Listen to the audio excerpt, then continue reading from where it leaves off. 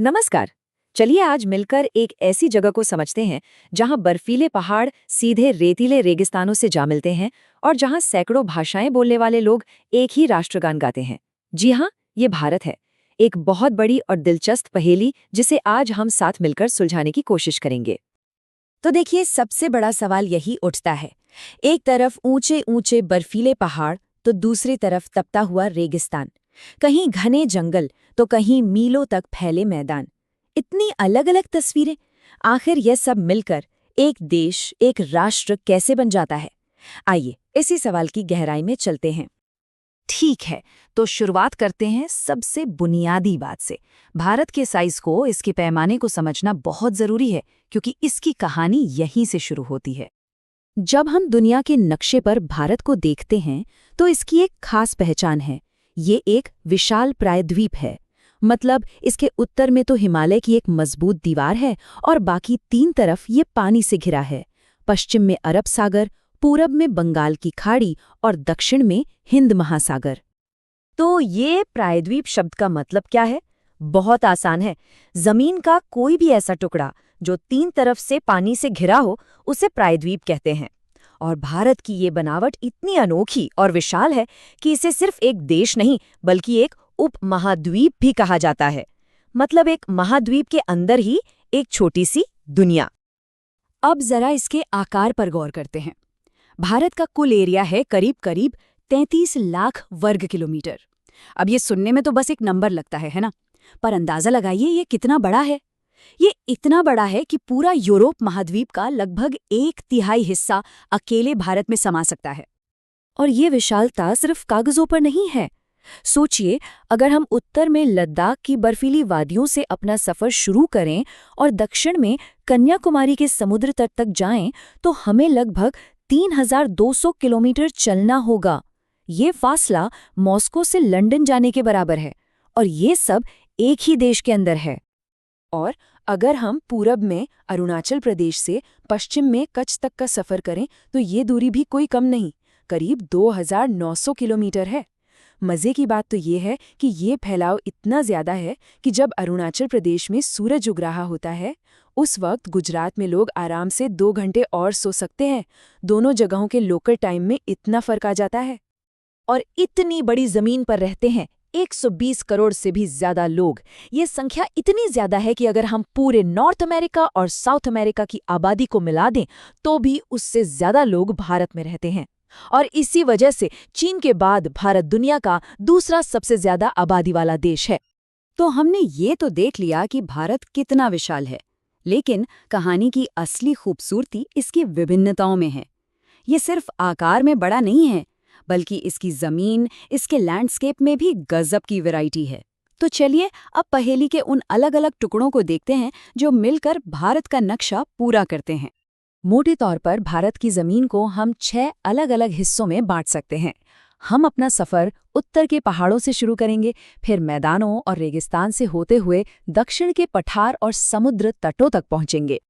सबसे पहले उत्तर में चलते हैं, जहां भारत का ताज है, हिमालय। ये एक बर्फीले पहरेदार की तरह खड़ा है। इसका नाम ही हिम-आलय है, यानी बर्फ का घर। और हाँ, ये कोई एक अकेला पहाड़ नहीं, बल्कि एक के पीछे एक 3 समानांतर परतें हैं। सबसे उत्तर वाली महान हिमाद्री, बीच वाली हिमाचल और सबसे दक्षिण वाली शिवालिक। अच्छा, अब जैसे ही हम इन पहाड़ों से नीचे उतरते हैं, हम पहुंचते हैं भारत के उत्तरी मैदानों में। ये एक बहुत बड़ा, सपाट और उपजाऊ इलाका है।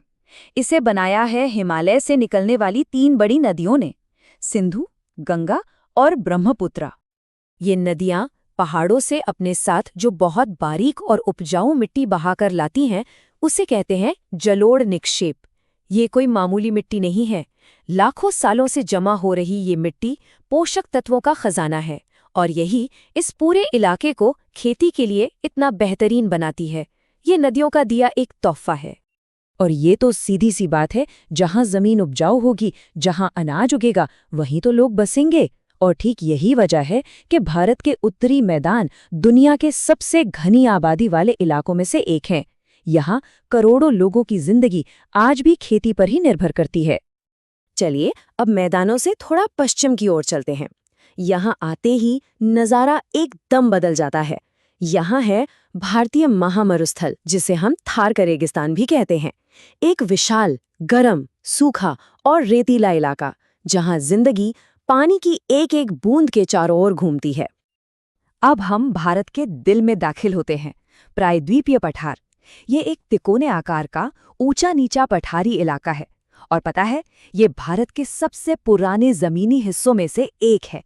इसकी चट्टानें कोयले और लोहे जैसी कीमती खनिजों से भरी हुई हैं, और यहीं पर दुनिया की सबसे पुरानी पर्वत श्रृंखलाओं में से एक अरावली आज भी शान से खड़ी है। इस पठार के दोनों किनारों पर मानो दो दीवारें हैं। पश्चिम में पश्चिमी घाट, जिन्हें सह्याद्री भी कहते हैं, एक लंबी बिना टूटी दीवार की तरह खड़े हैं। लेकिन इसके उलट पूरब में जो पूर्वी घाट हैं, वो टूटे फूटे और ऊंचे नीचे हैं। नदियों ने उन्हें जगह जगह से काट दिया है।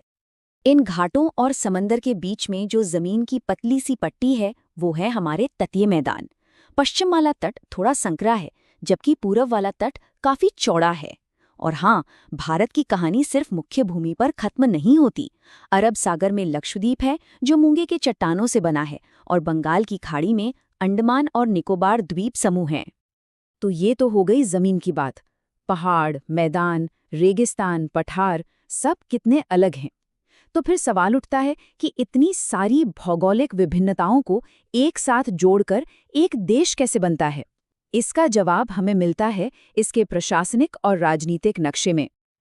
देखिए, इतने बड़े देश को आसानी से चलाने के लिए इसे 28 राज्यों और 8 केंद्र शासित प्रदेशों में बांटा गया है। इन सबकी अपनी अपनी राजधानियां हैं, और नई दिल्ली पूरे देश की राष्ट्रीय राजधानी है। ज्यादातर राज्य भाषा और संस्कृति के आधार पर बने हैं, जो दिखाता है कि भारत अपनी विविधता को कैसे सहेजकर रखता है। और आखिर में सारी बात इसी एक विचार पर आकर टिकती है। इस भिन्नता में भी हम एकता को पाते हैं, जो हमारी परंपराओं में दिखती है। यही कारण है कि हम एक राष्ट्र में बंधे हैं। मतलब भाषाएं अलग हैं, पहनावा अलग है, रीति रिवाज अलग हैं, पर इन सब के बावजूद एक भारतीय होने का एहसास ही वो धागा है जो इस पहेली के सारे टुकड़ों को एक साथ बांध कर रखता है। चलिए इस सफर के आखिर में एक नज़र भारत के आस पड़ोस पर भी डाल लेते हैं। देखते हैं कि हमारे पड़ोस में कौन कौन है। देखिए, कोई भी देश दुनिया में अकेला नहीं होता। भारत की ज़मीनी सरहदें 7 देशों से मिलती हैं: पाकिस्तान, अफगानिस्तान, चीन, नेपाल, भूटान, बांग्लादेश और म्यांमार। और अगर हम दक्षिण में समंदर की तरफ देखें तो वहाँ भी हमारे 2 करीबी पड़ोसी हैं: श्रीलंका, जिसे पाक जल संधि भारत से अलग करती है, और मालदीव। तो हम घूम फिर कर वापस अपने पहले सवाल पर आ गए। हमने देखा कि भारत की ज़मीन कितनी विविध है, और फिर भी ये राजनीतिक रूप से कैसे एक है।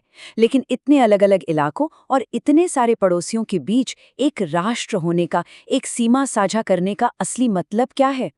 शायद इसका जवाब नक्शों या सरहदों में नहीं, बल्कि उन करोड़ों लोगों के दिलों में है जो इस ज़मीन को अपना घर कहते हैं। इस पर ज़रूर सोचिएगा।